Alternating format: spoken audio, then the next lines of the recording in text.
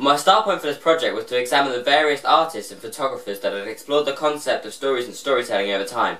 I did a general search on the internet and spoke to my parents and my teacher about ideas for inspiration. And from all the research I did, there were 5 particular artists that stood out to me. These are Francis Bacon, Tom Hunter, Tom Phillips, Tom Allen, and John Rathman. I really enjoy Tom Allen's work, as he creates really clever work out of old book covers. He works to make 3D scenes that are related to the book out of a 2D colour.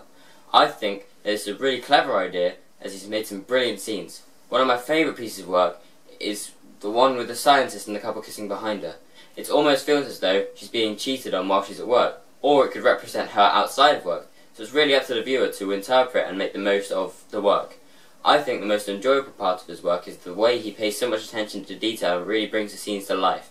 This is shown especially in one of his images, where one person is punching through the book, and it looks as though his punch is much more powerful and effective.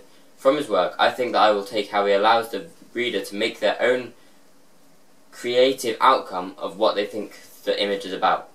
The reason that Tom Hunter is an inspirational artist for this project to me is because it is a modern take on old photos which appeared to have a backstory and almost don't make sense without a caption or an explanation.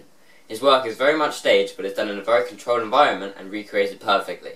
I think that he captures the element of hidden story as well as incorporates modern day features into the images very smoothly.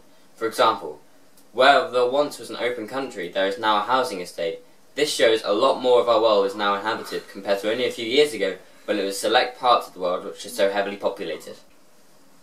There is something really unusual about Tom Phillips' work. I like the way that he spends so long on work but then leaves out a few words that are a story in themselves, but aren't necessarily linked in with the actual book.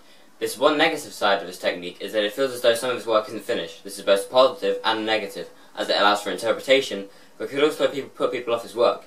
There is a hidden meaning to some of his work, for the audience to work out themselves, which allows for more than one meaning for other people to interpret their work how they want. Francis Bacon uses the technique of triptych throughout the majority of his work. This technique is summed up with the phrase, same but different.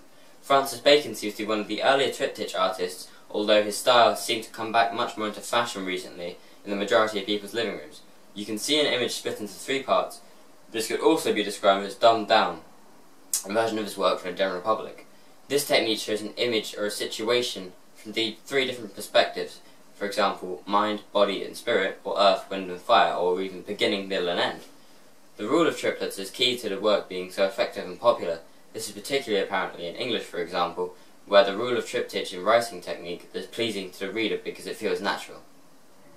John Rathman is an inspirational artist to me, as he reflects on an idea which I had, which is a picture tells 1,000 words. He does this by showing images which clearly have a backstory, but give no information about what the story actually is. I especially like his image of the policeman looking very happy, as there is obviously a backstory, although we have no idea what it is. This kind of art really involves the viewer and makes him think. It makes him come up with questions such as, why is he feeling this way? And since there's no hint of the answer to this is left to our own interpretation rather than John Rathman saying, he's feeling happy because. I think that this element of his work is the most thought-provoking element of his images.